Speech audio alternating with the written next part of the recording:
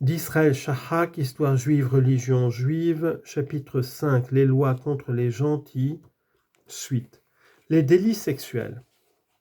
Les rapports sexuels entre une femme juive mariée et tout autre homme que son mari constituent un crime capital pour les deux parties et l'un des trois péchés les plus abominables. Le statut d'une femme non juive est très différent. Selon la halacha, tous les gentils couchent à droite et à gauche et ce sont eux qui sont visés par le verset, citation, « ceux dont la vigueur est comme celle des ânes et le rut comme celui des étalons ». Ézéchiel chapitre 23 verset 20. Qu'une non-juive soit mariée ou pas ne crée aucune différence. Pour autant que les juifs soient concernés, l'idée même de mariage ne s'applique pas aux gentils. Il n'y a pas de mariage sacré pour un païen, voir ci-dessous.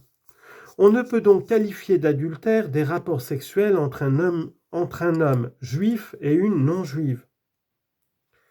De tels rapports, selon le Talmud, relèvent du péché de bestialité. Traité Berachot, page 78a. Pour la même raison, on suppose en général que les gentils n'ont pas de paternité certaine. Selon l'encyclopédie talmudique, dans Eshet Ish sur la femme mariée, citation, « Celui qui a des relations charnelles avec la femme d'un gentil n'est pas passible de la peine de mort, car il est écrit la femme de ton prochain, en Exode chapitre 20 verset 17, et non la femme d'un étranger. Et de même que le précepte l'homme restera attaché à sa femme,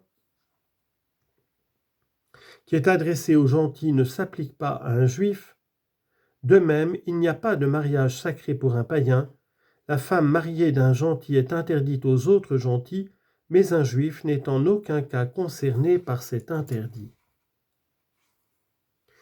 Il ne faudrait pas en conclure que cela autorise les rapports sexuels entre un juif et une non-juive, bien au contraire. Mais la peine principale est infligée à la femme. C'est elle qui doit être exécutée même si elle a été violée. Citation.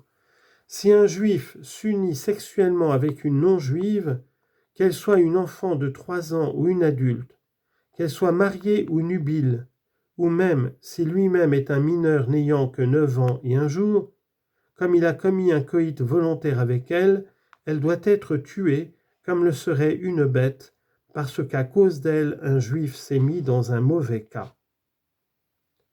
On lit en note, citation de Maïmonide, interdit frappant les relations charnelles, 12-10 dans l'encyclopédie talmudique à l'article Goy.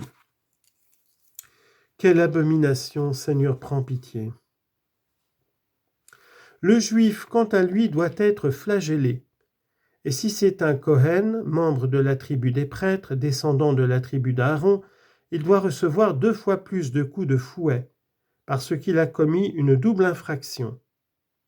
Un Kohen, en effet, ne doit pas coucher avec une prostituée, ce que sont censées être les femmes de toutes les nations. On lit en note à ce sujet Maïmonide, opus cité, Ibidem 12.1.3. De fait, toute femme non juive est considérée comme...